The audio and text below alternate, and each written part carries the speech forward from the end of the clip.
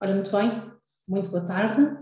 Vamos dar início a mais um webinar da Escola de Verão 2021. A Escola de Verão é organizada pelo Departamento de Medicina da Comunidade, Informação e Decisão em Saúde da Faculdade de Medicina da Universidade do Porto. E o webinar de hoje tem, e é subordinado ao tema, Ética e Inteligência Artificial. É um tema efetivamente muito atual, extremamente pertinente e complexo, e que representa uma grande evolução da ciência e tecnologia.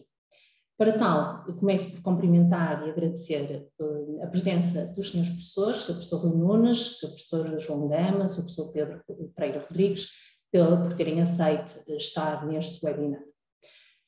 Cumprimento também todos aqueles que estão aqui, ainda que de uma forma virtual, e também todos aqueles que nos seguem por YouTube, e relembro que esta sessão está a ser transmitida por YouTube. E sem demora, passo então a apresentar os nossos convidados. Começo por apresentar o Sr. Professor João Gama. O Sr. Professor é catedrático na Faculdade de Economia da Universidade do Porto, investigador e vice-diretor do Laboratório de Inteligência Artificial e Apoio à Decisão do INESPTEC, tem dedicado os últimos 20 anos à investigação nos domínios da aprendizagem automática, aprendizagem de dados em tempo real e fluxos de dados.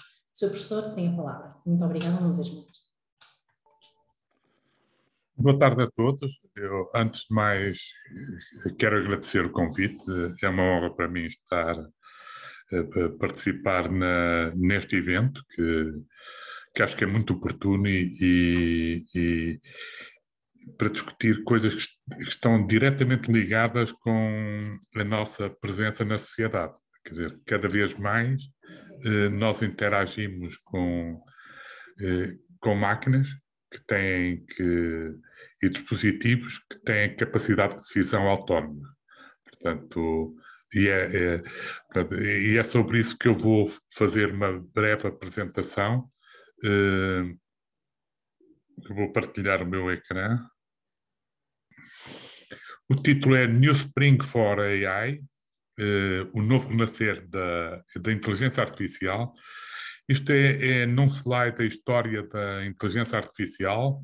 O termo inteligência artificial aparece numa conferência em 56, em Dartmouth, e foi uma altura de grandes expectativas.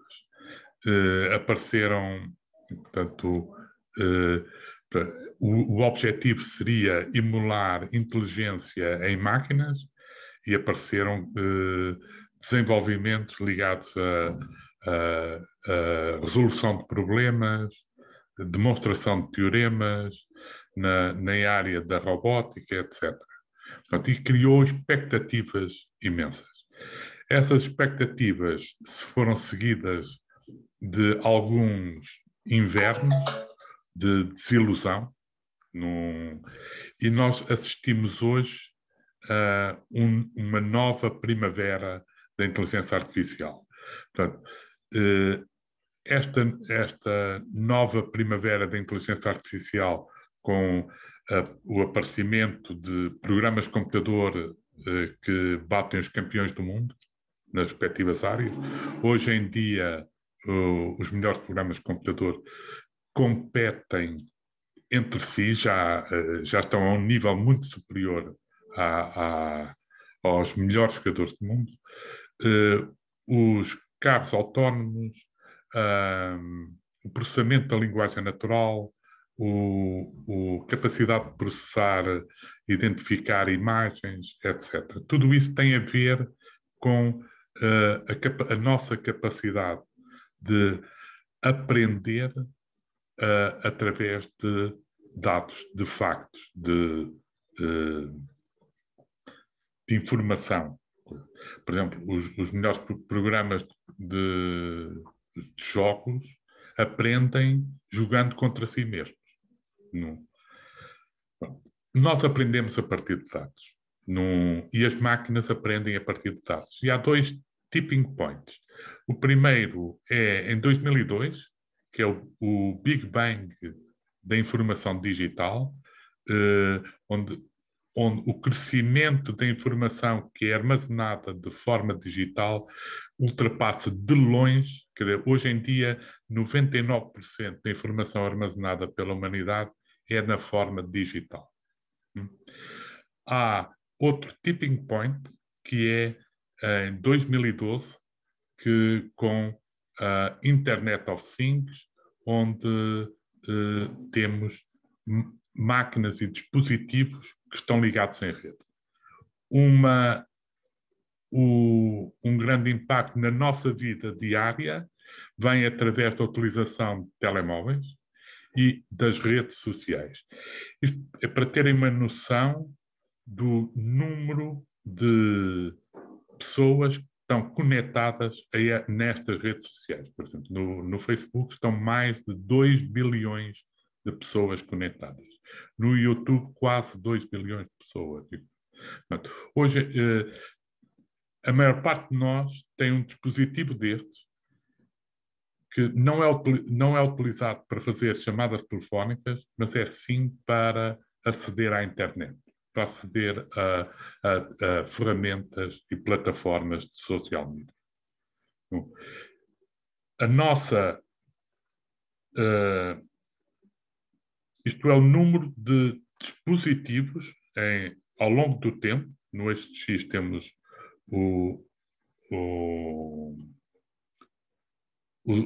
os anos, pronto, até 2021, e o número em bilhões de dispositivos estão ligados à internet. Portanto, este número tem um crescimento exponencial e vai ser cada vez mais,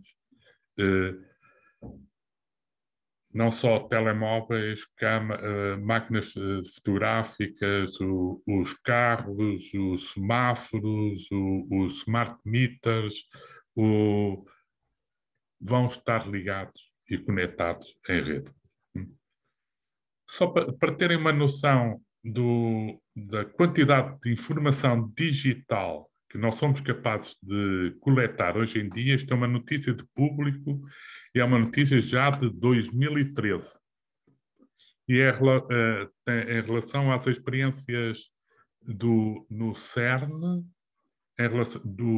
da descoberta do boson de Higgs, em que nestas experiências científicas, 1 segundo da experiência gerava dados que iriam encher 100 mil CDs por segundo.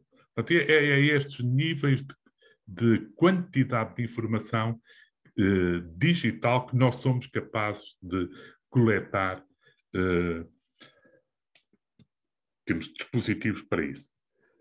É exatamente a partir desses dados que nós somos capazes de desenvolver sistemas, capazes de aprender e que melhoram o seu desempenho com a experiência. Porque cada vez coletam mais informação e são capazes de melhorar o seu desempenho. Portanto, isto é uma entrevista com o Noam Chomsky, em que ele refere que hoje em dia o nosso problema não é o acesso à informação, mas perceber essa informação. E é isso o papel de machine learning. A aprendizagem automática tem a ver exatamente a extrair informação a partir de factos e de dados. Em 2011 surgiu um relatório da McKinsey em que apresentavam que esta capacidade de aprender a partir de dados e de usar a informação, os factos armazenados de forma digital, como a possibilidade de inovar. Aliás, o título do report é exatamente Próxima Fronteira para a Inovação, para aumentar a capacidade competitiva e a produtividade, vem de usar a informação em dados. Este relatório apresenta estudos em diversas áreas, quer na logística, no retalho, na medicina, como a utilização de Big Data permite aumentar a nossa capacidade competitiva. Estes relatórios da McKinsey surgem, vão sendo publicados frequentemente, portanto, e o último tem a ver com a situação pandémica e a referência que de recovery, a recuperação será digital. Um livro interessante é este sobre Big Data, em que eles apresentam uma revolução que vai mudar a forma como a gente vive, trabalha e pensa. Esta revolução já não está no futuro. Essa revolução está a acontecer hoje em dia. Pronto, eu vou apresentar o que é que nós temos feito em termos, aqui no Porto, em termos de inteligência artificial e aprendizagem. Isto portanto, para terem noção de que esta evolução que está a acontecer está à nossa beira, é o nosso presente. Isto é o mapa do Porto e aqui estão indicados praças de táxis. Isto é um sistema de recomendação que foi desenvolvido a partir da informação. Hoje em dia, os táxis têm equipamento que transmite informação acerca da localização, do estado, se está ocupado ou não, qual é o destino. E essa informação é armazenada numa data warehouse e nós usamos essa informação para prever, para recomendar ao taxista, quando ele termina um serviço, para que praça de táxis se deve dirigir. Isto aqui é uma comparação, é um estudo comparativo do tempo de espera dos taxistas quando seguem a nossa recomendação ou quando não seguem a recomendação. Portanto, tem um tempo de espera maior. Isto está hoje em dia em produção no Porto. Nós fazemos previsão para em cada instante, prevemos na próxima meia hora quantos pedidos de táxi aparecem para cada praça de táxis na cidade do Porto. Isto é uma notícia do Jornal de Notícias de 13 de maio de 2004 sobre um sistema de informação no Hospital de São João, o Vital, que recebeu o prémio da Microsoft da Prémio Mundial de Inovação em Saúde. Este é um sistema que centraliza toda a informação sobre pacientes em unidades de cuidados intensivos, é uma informação heterogénea, desde imagem médica, receitas, relatórios médicos, séries temporais dos sensores a que está ligado, as análises clínicas, etc. Toda essa informação é centralizada no H-Vital, que é usada para fornecer ao médico em tempo real indicadores acerca do perfil do cliente e o risco associado em diferentes indicadores. Isto é feito em tempo real.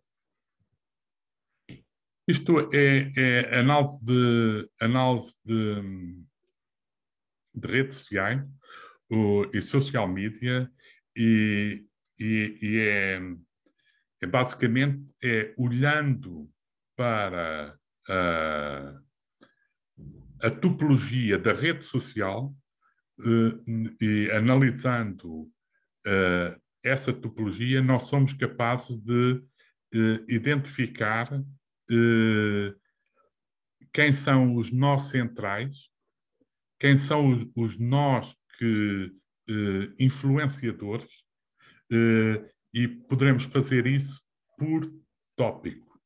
Portanto, este foi um projeto que terminou recentemente, que é exatamente a análise em redes sociais de quem são os influenciadores por tópico.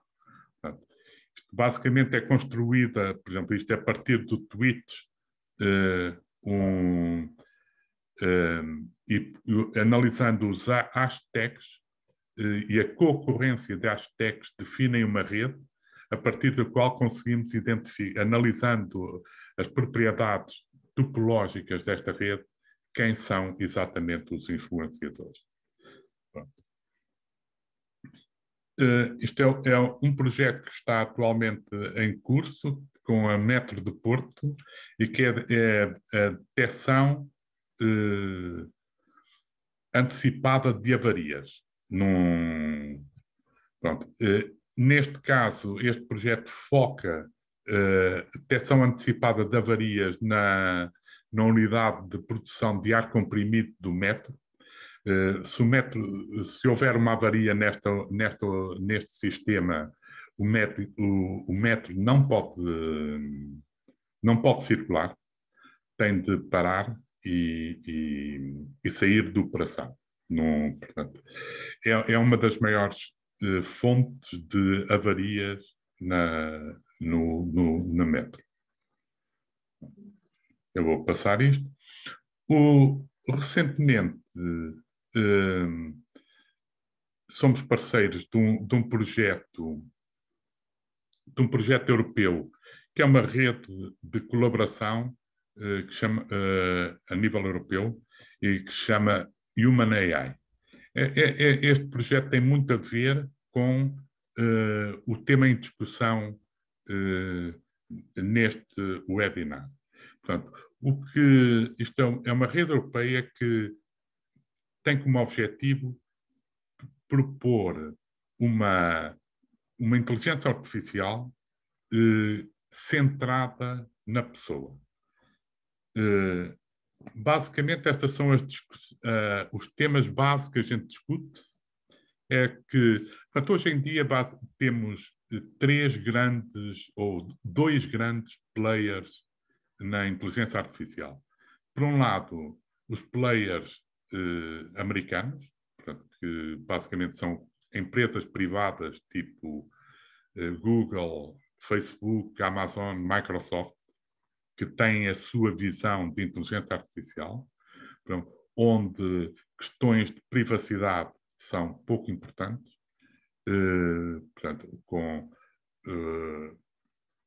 Do outro lado, temos a China, que é uma potência em ferramentas de inteligência artificial, que competitiva com as competências americanas, e que é baseada numa organização estatal e que tem a sua própria política também de privacidade.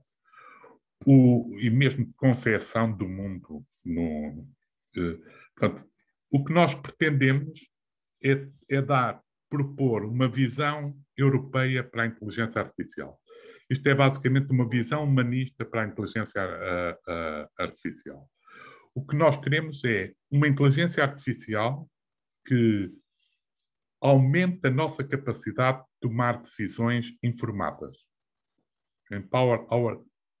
Em vez de reduzir a autonomia humana. Aumentar a experiência humana em vez de a substituir.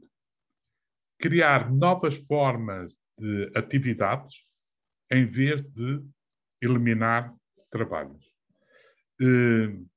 Ajudar a distribuir o bem-estar por muitos em vez de concentrar o poder e saúde em alguns. Expandir a democracia na nossa sociedade em vez de pôr isto em perigo.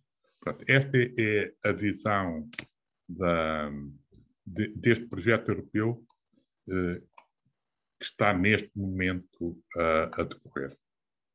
Pronto, as nossas contribuições, este projeto temos microprojetos em explorando modelos de causalidade a partir de dados temporais e automatização de hiperparâmetros dos algoritmos. Portanto, facilitar a utilização de algoritmos de machine learning para o público em geral.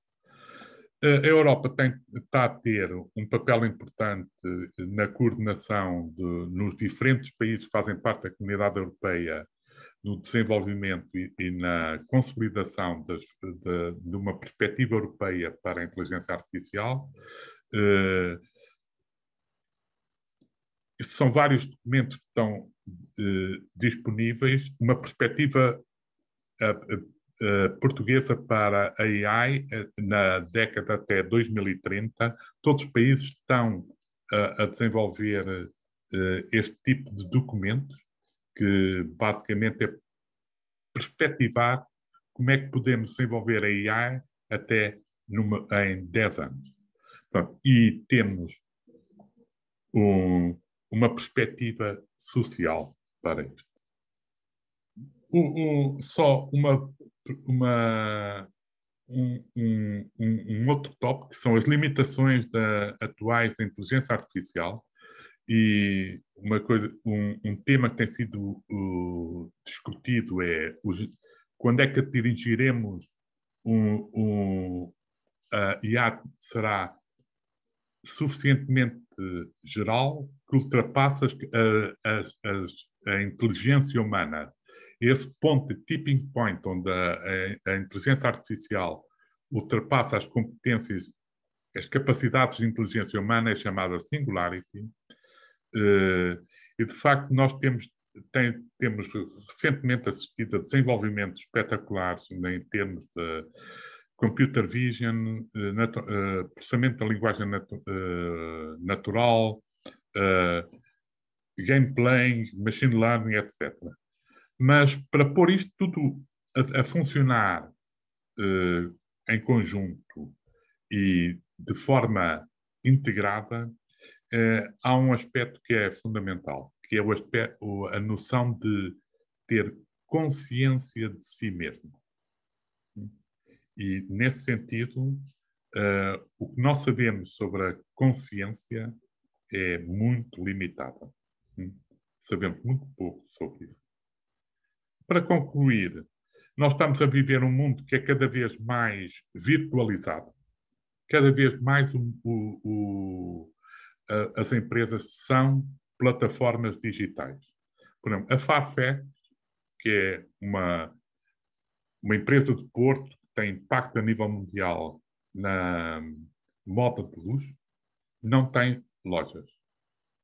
A maior companhia de táxis, a Uber, não tem táxis.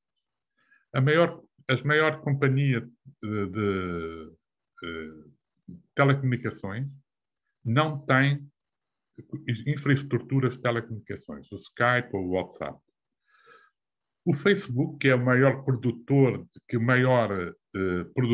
de social media, não produz conteúdos. Quem produz conteúdos são os utilizadores do Facebook. A Netflix não tem cinemas. O Airbnb não tem hotéis. Portanto, tudo isto são empresas que têm uma expressão a nível mundial e que basicamente o que fornecem são plataformas digitais onde se desenvolvem os negócios. Portanto, o nosso mundo é cada vez mais no digital, a nossa economia é cada vez mais no digital. Toda esta digitalização da nossa economia, do nosso mundo, tem pontos muito fortes. Primeiro, a informação está disponível a qualquer altura, de qualquer lugar. Temos informação 24 horas por dia, 7 dias pela semana, e a informação pode ser personalizada. Portanto, sistemas são capazes de selecionar a informação apropriada para este utilizador. Isto é cheio de oportunidades de inovação. Todos os dias surgem novos negócios, novas oportunidades de negócio.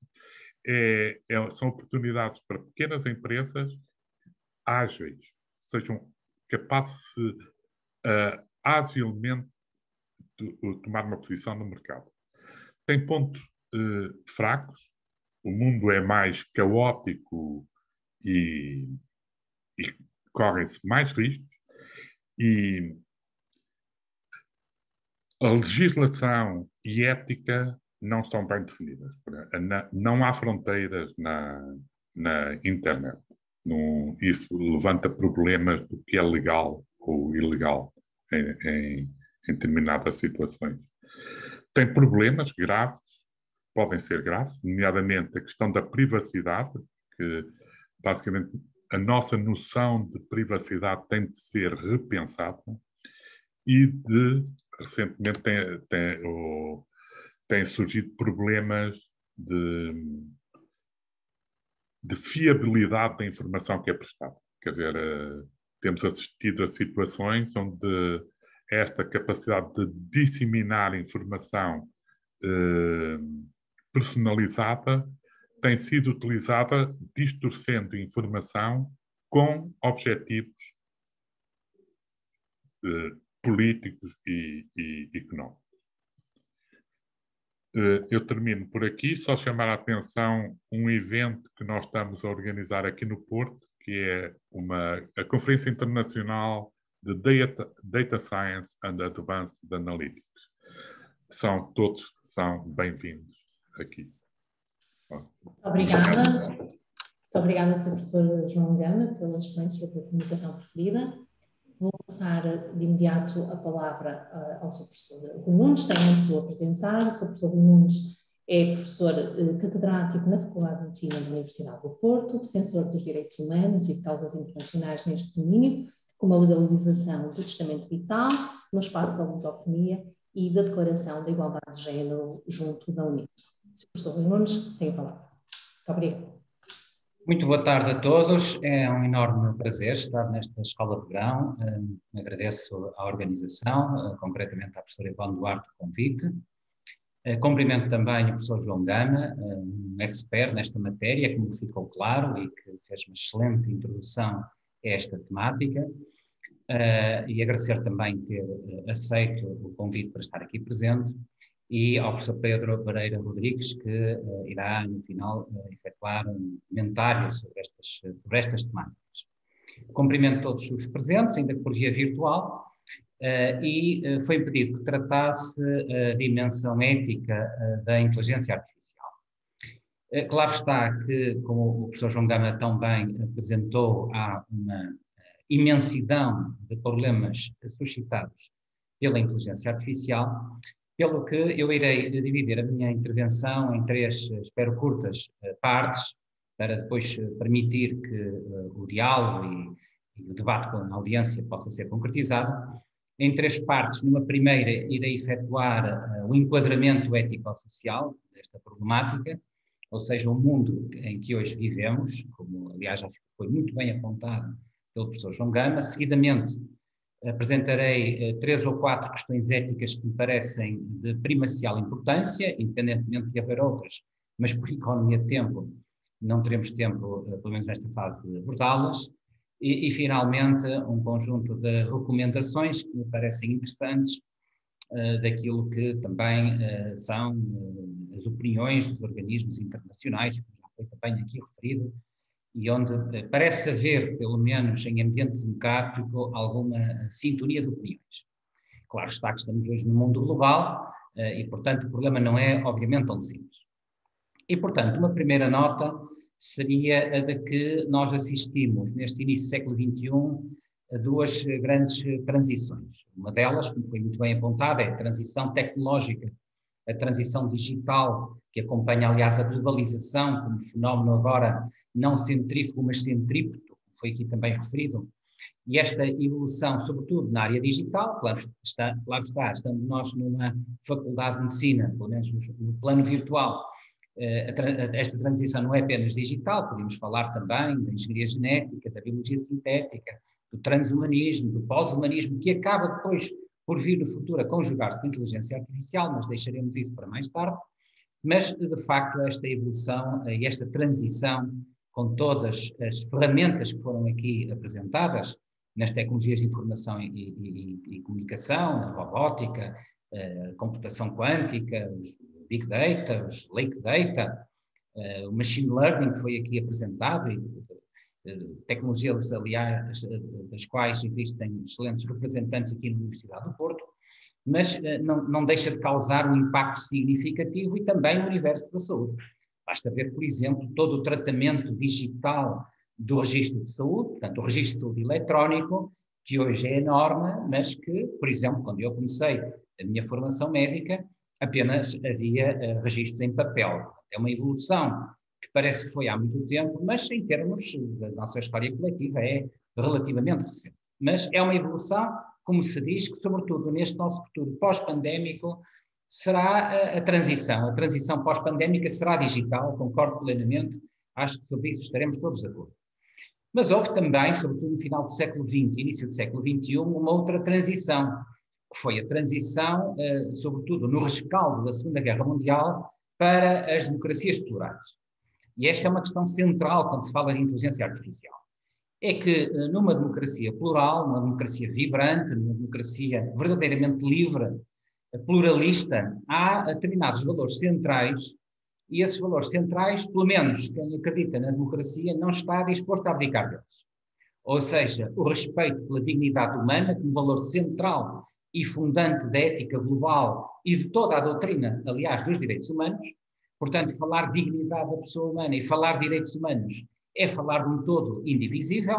Claro está que não teremos também aqui tempo de aprofundar esta temática em grande pormenor, mas não há nenhuma dúvida de que é um dos pilares da construção do projeto europeu, como enorme projeto civilizacional de que não há memória na história da humanidade, parte deste pressuposto, que não queremos abrir mão do respeito da iminente dignidade de todas as pessoas, dos seus valores intrínsecos, inalienáveis, inderrogáveis, como, por exemplo, a igualdade e a não discriminação. Portanto, justiça, igualdade e não discriminação são outros pressupostos que devem presidir sempre à organização da nossa sociedade, à organização do modelo de desenvolvimento económico e do modelo de bem-estar social. Portanto, eu diria que este é o caldo ético-social no qual nos movemos e, naturalmente, que isto vai ter um enorme impacto quando se fala de inteligência artificial, por muitos motivos, mas também porque percebe-se que a centralidade da pessoa, como foi já aqui referido e muitíssimo bem, fico muito satisfeito que a Europa tenha esta visão integrada e integradora da IA na pessoa humana, mas a pessoa humana, em primeiro lugar, tem que ser bem, tem que se perceber bem a que é que nos estamos a referir quando falamos de pessoa humana. E o professor João Gama, de certa forma, já aqui salientou alguns aspectos que são centrais à pessoalidade, nomeadamente a autoconsciência, a consciência reflexiva, a presença de emoções, como diria Damasio. Para Damasio, a inteligência artificial nunca vai ultrapassar ou equiparar-se à inteligência racional humana, por assim dizer, por falta de emoções. Eu não teria tanta certeza, mas enfim, é a doutrina principal, pelo menos proposta por Damasio, como todos nós sabemos. Portanto, esta ideia de que a pessoa humana é única, é irrepetível, é singular, a singularidade, como foi aqui referido, o tipping point, o ponto de mudança, é se alcançamos a singularidade, a identidade pessoal, que no fundo é aquilo que nos identifica e separa das outras pessoas. Portanto, fica aqui esta nota para falarmos, e vamos falar seguramente a seguir, de aspectos relacionados com a inteligência artificial e com a personalidade cibernética e, naturalmente, estes valores são centrais. A agência, a intencionalidade, o exercício da autonomia, que acabam por ser aspectos absolutamente decisivos nesta matéria. Portanto, eu diria, para concluir esta primeira parte da minha intervenção, de que o enquadramento ético, social e legal está relativamente bem definido, através da Declaração Universal dos Direitos Humanos, através da Convenção, da Carta dos Direitos Fundamentais da União Europeia, da Declaração Universal de Bioética e Direitos Humanos, da Unesco, de 2005, e, mais recentemente, da Carta Portuguesa dos Direitos Humanos na Era Digital. Recomendo vivamente a leitura deste diploma legal, acho que é um grande avanço não enquadra totalmente os problemas éticos e legais da inteligência artificial, mas ainda assim dá alguns apontamentos muitíssimo interessantes e que deviam ser, aliás, do conhecimento geral. Quais são, então, alguns dos problemas éticos? Haverá muito mais, mas que eu vejo também o tempo a passar. Alguns dos problemas éticos que se podem suscitar com a inteligência artificial. Em primeiro lugar, como já se aludiu aqui, a questão da personalidade cibernética, ou seja, se alguma vez, para além de personalidade jurídica, vamos reconhecer à inteligência artificial personalidade moral. Portanto, são dois campos de reflexão diferentes, mas que têm que ser equacionados a montante. Portanto, uma das falhas éticas da humanidade, por via de regra, é que com as novas tecnologias, no fundo, pensa-se reativamente e não proativamente. Não temos a capacidade de pensar os problemas antes da tecnologia estar aplicada. Depois fica aqui o repto, quer à sociedade em geral, quer aos especialistas em inteligência artificial, que pensem maduramente neste aspecto, ou seja, se amanhã haverá agência artificial, agência no sentido puro do termo, isto é, capacidade, intencionalidade para agir, para decidir, que não seja meramente uma questão de natureza tecnológica. Nós sabemos que já há alguns exemplos por esse mundo fora, curiosamente, em países democráticos.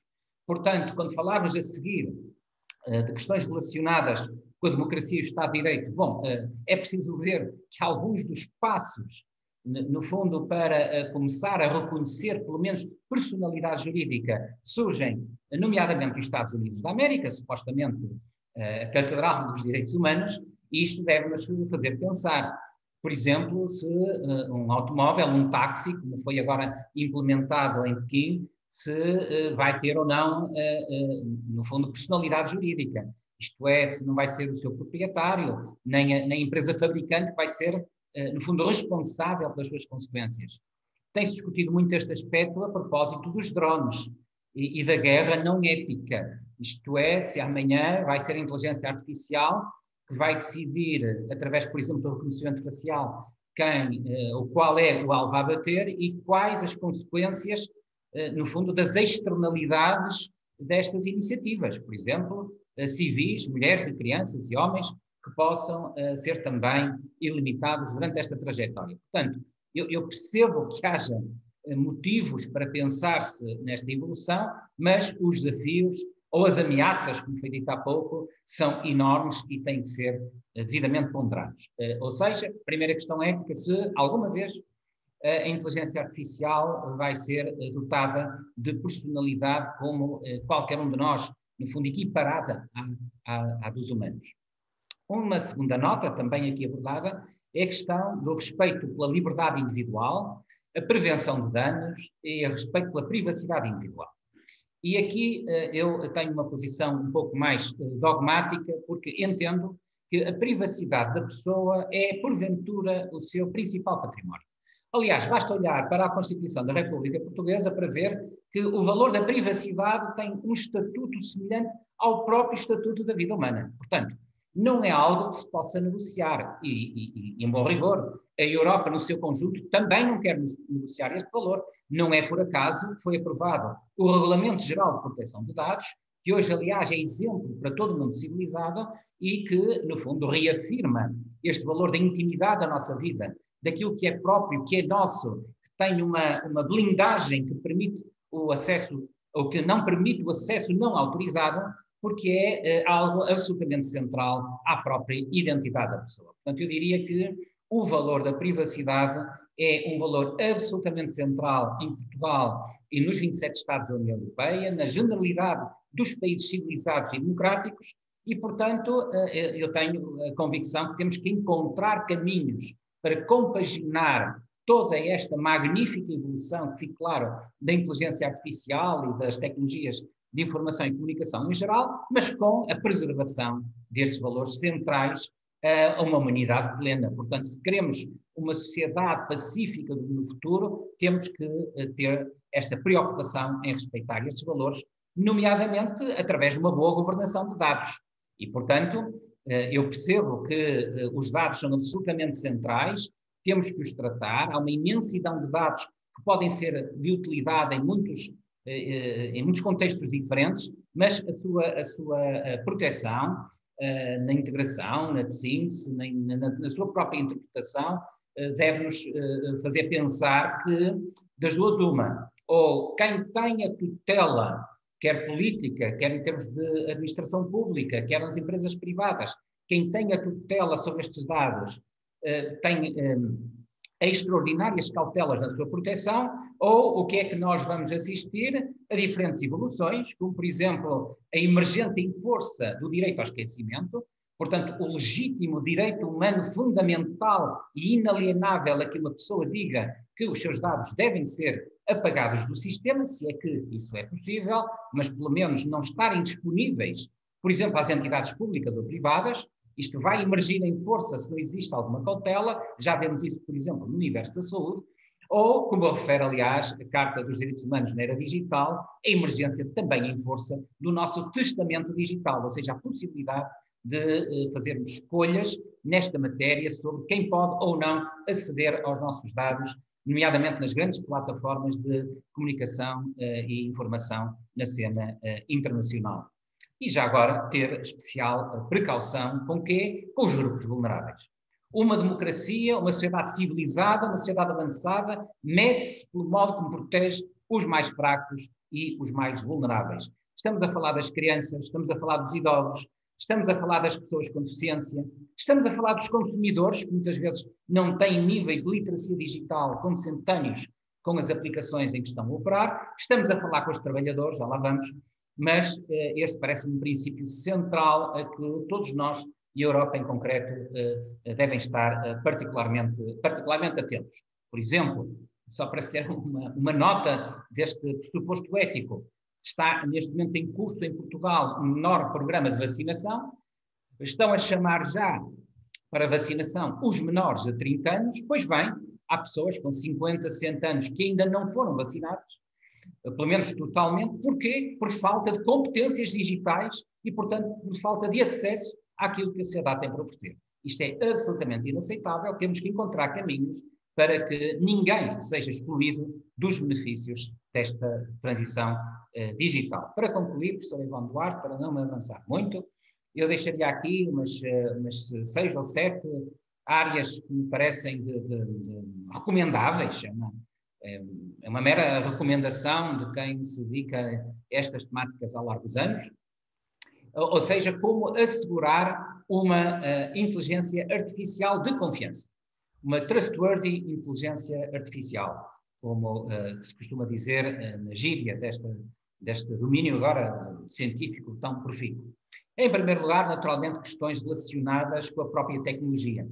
Temos que garantir a robustez técnica, a segurança destas aplicações, a segurança da inteligência artificial, estarmos preparados para uma perfeita avaliação de riscos, ou seja, quando se implementa, ao mesmo tempo, temos que ter esta capacidade de prever o que é que pode acontecer para prevenir essa mesma evolução e, sobretudo, ter em mente um princípio ético absolutamente central, que é o princípio do interesse público, do bem-estar coletivo e da beneficência.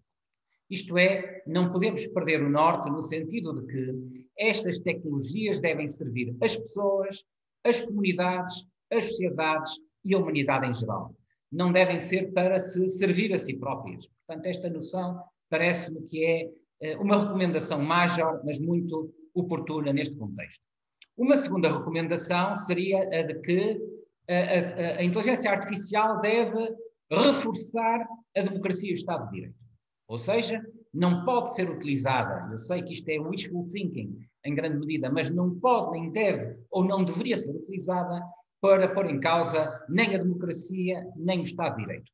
Enfim, nós sabemos de exemplos em países democráticos da sua utilização abusiva, sabemos também de exemplos em países não democráticos de uma utilização ainda mais abusiva, pelo menos de acordo com os valores das democracias europeias, nomeadamente tudo o que reporta aos rankings sociais de alguns países orientais não democráticos, note-se, onde a conjugação da inteligência artificial com o reconhecimento facial, com o cruzamento de diferentes bases de dados, leva a uma tipificação, uma catalogação das pessoas e, no fundo, à sua estigmatização, porque, no fundo, permite que haja um acesso a benefícios sociais e outros compaginados com este ranking social. Pois bem, estas tecnologias têm que servir para humanizar, como foi muitíssimo bem dito há pouco, e não para instrumentalizar nem as pessoas, nem as comunidades. Por exemplo, estas tecnologias, a inteligência artificial, não pode servir para desinformar as pessoas. E a desinformação, sobretudo nas grandes plataformas de comunicação, hoje é a prática comum. Recordo que a Europa sempre, a meu ver, líder internacional no que se refere aos direitos humanos, tem um plano europeu de ação contra a desinformação, precisamente porque é relativamente fácil no Facebook e noutras plataformas, pela geração de círculos concêntricos, de pessoas que partilham as mesmas mundividências, é relativamente simples esta desinformação. Pois bem, a inteligência artificial, através dos seus complexos mecanismos de aplicação, tem que controlar esta desinformação, porque senão a sociedade da amanhã não será nem democrática, nem pluralista. Isso implica, naturalmente, que haja sempre agência e supervisão humanas. Este aspecto parece-me absolutamente central, portanto, é exigível uma governação ética especialmente robusta, especialmente eficaz, uma regulação internacional também ela robusta e eficaz. Portanto, já se percebeu que estas tecnologias não podem ficar à mercê nem de grandes companhias multitransnacionais, nem a um Estado soberano isolado. Tem que haver aqui uma conjugação de esforços, a criação de verdadeiros mecanismos de governação global supranacionais para regular precisamente estas tecnologias, com transparência, com accountability. Accountability é um princípio ético absolutamente sagrado nas políticas públicas nos dias de hoje, ou seja, temos que ser não apenas responsáveis, mas temos que ser responsabilizados e temos que prestar contas das nossas ações e, naturalmente, quem propõe, atua e governa a inteligência artificial tem que estar também submetido a estes princípios da boa governação pública. E já agora, também no plano internacional, deixar esta nota de que estas novas tecnologias podem e devem levar à emergência de uma nova quarta geração de direitos humanos, que são os direitos humanos na era tecnológica. Diria, para concluir, mais 2 ou 3 recomendações. A primeira é que faz todo o sentido, não sei se isso é totalmente possível, mas faz todo o sentido que, sendo uma tecnologia para o interesse público, para o interesse coletivo de toda a humanidade, que exista, agora na ótica de uma justiça global, que haja também uma partilha global de resultados. Enfim, não sou a pessoa mais acertada para falar disso, porque não trabalho estritamente nesta área, mas seria importante termos uma ideia se sim ou não é vislumbrável uma partilha de dados. Para quê? Para que não haja uma humanidade de geometria variável, para que a humanidade comece a convergir e não a divergir. A humanidade só terá possibilidade de sobreviver no futuro se pensarmos, como aliás percebeu agora com a Covid-19, de que há problemas globais que têm que ter soluções globais. Ninguém, nem pessoas, nem Estados, conseguem resolver isoladamente este tipo de problemas. Uma outra questão que também vai chegar ao setor da saúde, porque tradicionalmente dizia-se que a inteligência artificial, quando chegasse à indústria, à planta da fábrica, por assim dizer, que era sobretudo, enfim, na indústria automóvel e noutros domínios, que haveria uma substituição muito rápida de emprego de pessoas por robôs mecanizados, mas sabemos que também no setor da saúde isso pode vir a acontecer. Já há experiências muito interessantes de inteligência artificial no setor da saúde, sobretudo em cuidados continuados, e não paliativos, mas continuados, e portanto eu diria que temos que olhar com outros olhos também para esta nova revolução industrial que, no fundo, vai acabar necessariamente com grande parte dos empregos ou dos trabalhos que existiam e que nós conhecemos no dia de hoje. Estima-se que nos próximos 10, 20 anos, grande parte dos empregos tradicionais venham a ser extintos pela inteligência artificial. Ora bem, temos que pensar em mecanismos de reconversão laboral, em mecanismos de integração no mercado de trabalho, na aquisição de novas competências, também digitais, mas profissionais. Para quê? Para não termos uma larga franja da população que de um momento para o outro, e sobretudo pessoas ainda jovens e que não tenham acesso ao mercado de trabalho. É muito interessante que na discussão internacional da inteligência artificial no mercado de trabalho se discuta aquilo que em Portugal já introduzimos há décadas, penso que vem desde o governo do atual secretário-geral das Nações Unidas, engenheiro António Guterres, que é o então chamado rendimento mínimo garantido, agora rendimento social de inserção. Pois bem, é muito interessante que mesmo em países ultraliberais como os Estados Unidos da América se discuta hoje precisamente este rendimento mínimo. Para quê? Para fazer face às enormes vagas de desemprego que possam vir a ser, no fundo, levadas a cabo, concretizadas pela inteligência artificial. Para concluir só, mesmo duas notas finais.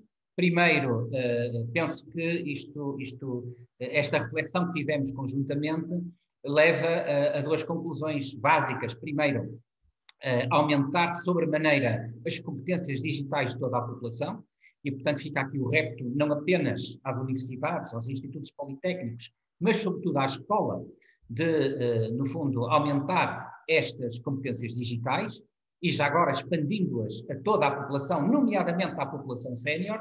Não há motivo algum para que a população sénior não aumente as suas competências digitais e num curto prazo, por motivos evidentes, como já referi, e finalmente que esta evolução deve ser uma evolução que, para ser sustentável a longo prazo, todos os stakeholders que estão envolvidos na inteligência artificial, mas incluindo também a sociedade no seu conjunto, devem estar envolvidos nesta evolução dos sistemas de inteligência artificial, para que, no fim da linha, a inteligência artificial venha a ser considerada no futuro como um grande avanço da humanidade, uma grande conquista civilizacional, da qual nós, os humanos, nos orgulhamos e não algo de que nos venhamos a arrepender.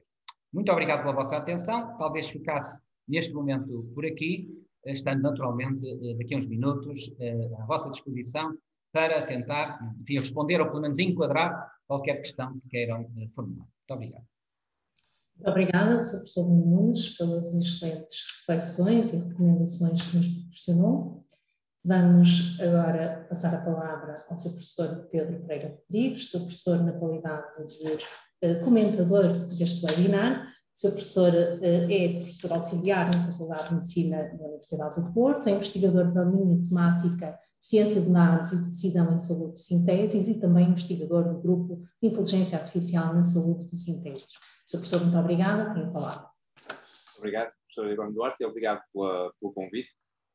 Eu não vou tomar muito tempo, mas não queria deixar de cumprimentar os oradores deste webinar, o professor Rui Nunes, com quem tenho tido o prazer de partilhar algumas atividades de gestão no departamento e que espero possa vir até mais rapidamente a partilhar e colaborar na área da ética para a inteligência artificial, que é naturalmente uma área que nos aproxima muito no departamento, e naturalmente o professor João Gama, a quem eu devo muito grande parte da minha formação superior em inteligência artificial, pelo menos desde que há 18 anos me convidou para tomar um café, e desde aí toda a minha linha de investigação mudou, e acho que foi daquilo que fez com que eu chegasse a fazer aquilo que faço hoje em dia, e, portanto, é um prazer para mim estar a poder comentar aquilo que ambos aqui trouxeram. Eu vou só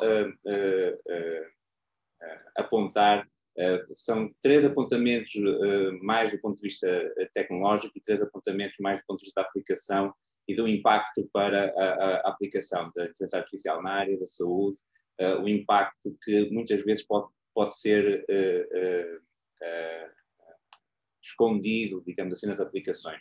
Ele já foi todo bastante apontado aqui pelos comentários, pelas apresentações aqui anteriores, e, portanto, o meu papel será mesmo só tentar puxar um bocadinho algumas cerejas que eu vi e que podem ajudar também a uma reflexão futura de ambos e de todos aqueles que estão aqui a assistir ao webinar.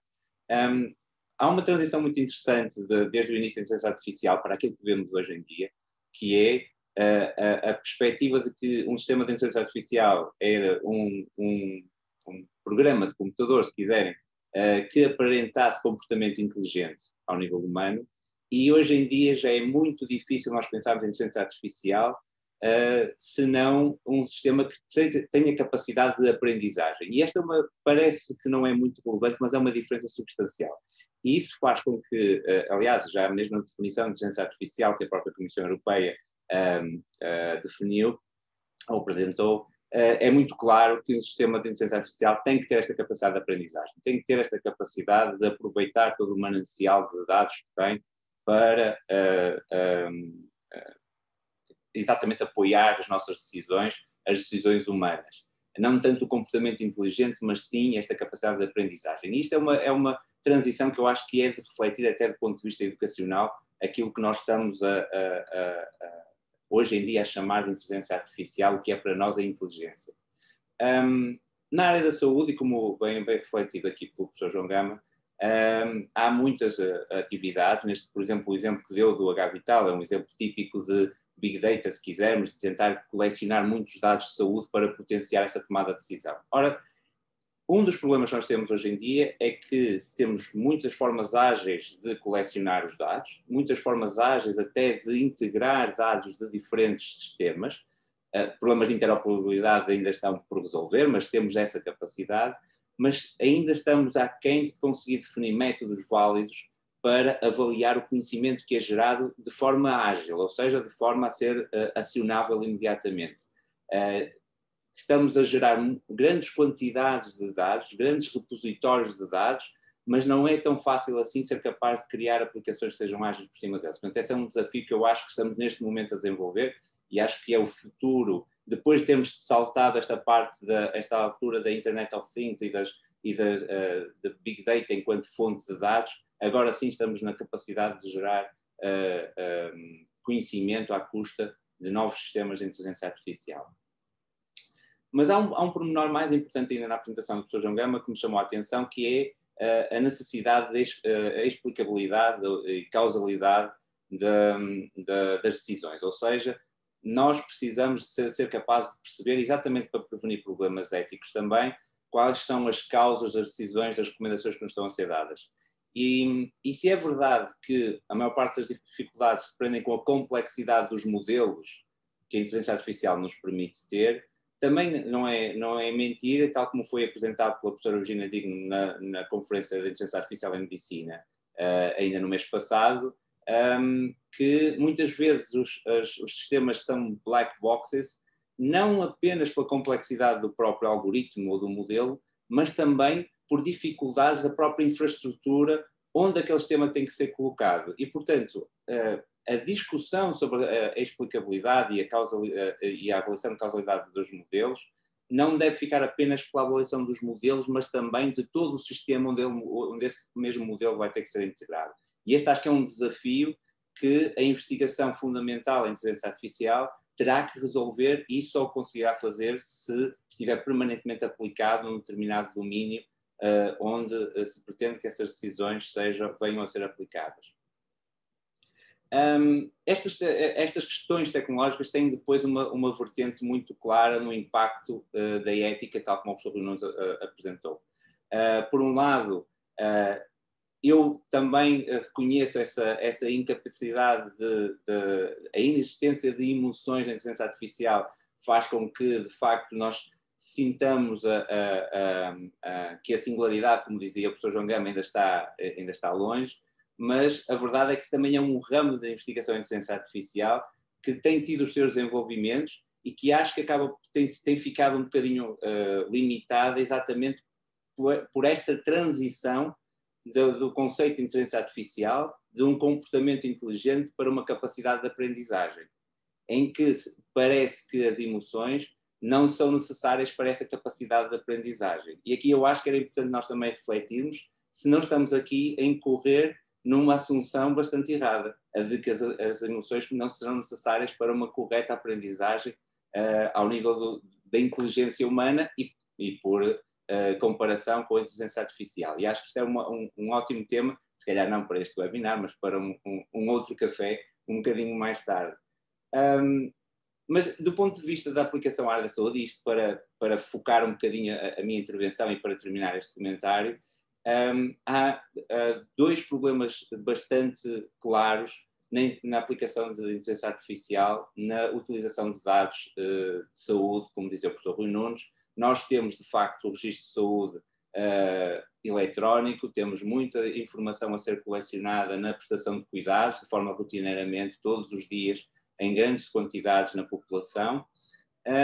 Mas a verdade é que se nós centrarmos as aplicações de inteligência artificial apenas na aprendizagem, qualquer viés de seleção na produção de dados, desses dados secundários, poderá traduzir-se num viés dos modelos a aprender e a serem aplicados. E isso é claramente já identificada uma das dificuldades destes modelos, que acabam por prejudicar, sem nós, não intencionalmente, obviamente, prejudicar, ou poder prejudicar uma pequena fração da sociedade que, por exemplo, não tem a mesma condição de acesso à prestação de cuidados de saúde. E, portanto, isto é algo que nós devemos tentar perceber, que o simples facto de aprendermos com o que acontece não nos pode limitar na nossa definição do que são as intervenções a realizar. E, nesse sentido, surge também a questão da privacidade. Porque se é verdade que a privacidade é um dos valores mais importantes do ser humano, e está ao nível da vida humana, como bem referiu o professor Rui Nunes, é verdade que ela pode condicionar também muito os desenvolvimentos dos sistemas de aprendizagem e de todos os modelos. E a verdade é que essa limitação digamos, que advém de nós não sermos capazes ou não sermos capazes de aceder aos dados para não infringir a privacidade individual, acaba por trazer limitações dos modelos que podem ser desenhados. E há um exemplo muito paradigmático para entender isto. Se nós só pudermos construir modelos da realidade com dados de pessoas que assim o aceitem, não é? Que nos permitam, que digam sim, podem usar os meus dados para a construção desses modelos, na verdade, então, nós vamos construir modelos apenas relativos às pessoas que o aceitaram. Esquecendo que a não aceitação pode estar relacionada com o próprio modelo que estamos a tentar desenvolver. E isto é óbvio que eu não, e queria aqui frisar que eu não estou a advogar que a privacidade não é um valor que tenha que ser mantido. O que eu estou a alertar é que ela é uma das principais causas para nós podermos estar a desenvolver modelos de aprendizagem automática na área da saúde, que possam estar claramente enviesados, e isso pode ser prejudicial para a nossa visão do que é uma intervenção válida de sistemas de inteligência artificial. Porque se nós queremos garantir as melhores intervenções, também queremos garantir a dignidade humana. E, por exemplo, se nós olharmos apenas para sistemas de otimização que geram, vamos ver o exemplo das praças de táxi referido pelo professor João Gama. É verdade que aquele sistema de otimização reduz, em média, o tempo de espera nas praças de táxi. Mas eu acho que tem que ser visto também ao mesmo tempo, se não há, por utilização deste sistema de otimização, alguma praça de táxis que tenha ficado sem serviço. Alguma franja da população que, para otimizar a maior parte das praças, tenha ficado com um serviço reduzido. E agora, se extrapolarmos isto para a área da saúde, fica fácil de perceber qual é o risco, não é? Ou seja, estarmos a modelar as nossas intervenções à custa de aprendizagem feita com as observações da realidade, pode estar a limitar o acesso e as melhores decisões para uma franja da população que não possa, de alguma forma, ter o mesmo acesso ou ter a mesma representatividade nesses modelos. E, portanto, acho que é verdade que estamos numa época de primavera para a inteligência artificial, e isso é muito bom. Estamos a ver inovações a cada semana na área da inteligência artificial, e é muito importante que mantenhamos estas discussões para nos mantermos alertas para os problemas que daí podem advir. E por isso acho que foi extraordinariamente boa este webinar, a oportunidade desta discussão, e as apresentações, quer do professor Rui Nunes, quer do professor João Gama, que ainda já agradeço, e espero poder ter feito alguma justiça com este meu pequeno comentário. Muito obrigada, Sr. Professora Pedro Pereira Rodrigues. Foi sem dúvida um grande contributo. Resta-me então agradecer mais uma vez, reitero os meus agradecimentos aos nossos oradores pelas suas excelentes comunicações. Muito obrigada a todos pela vossa presença e espero que continuem a assistir aos nossos webinars, workshops e cursos desta edição da Escola de Verão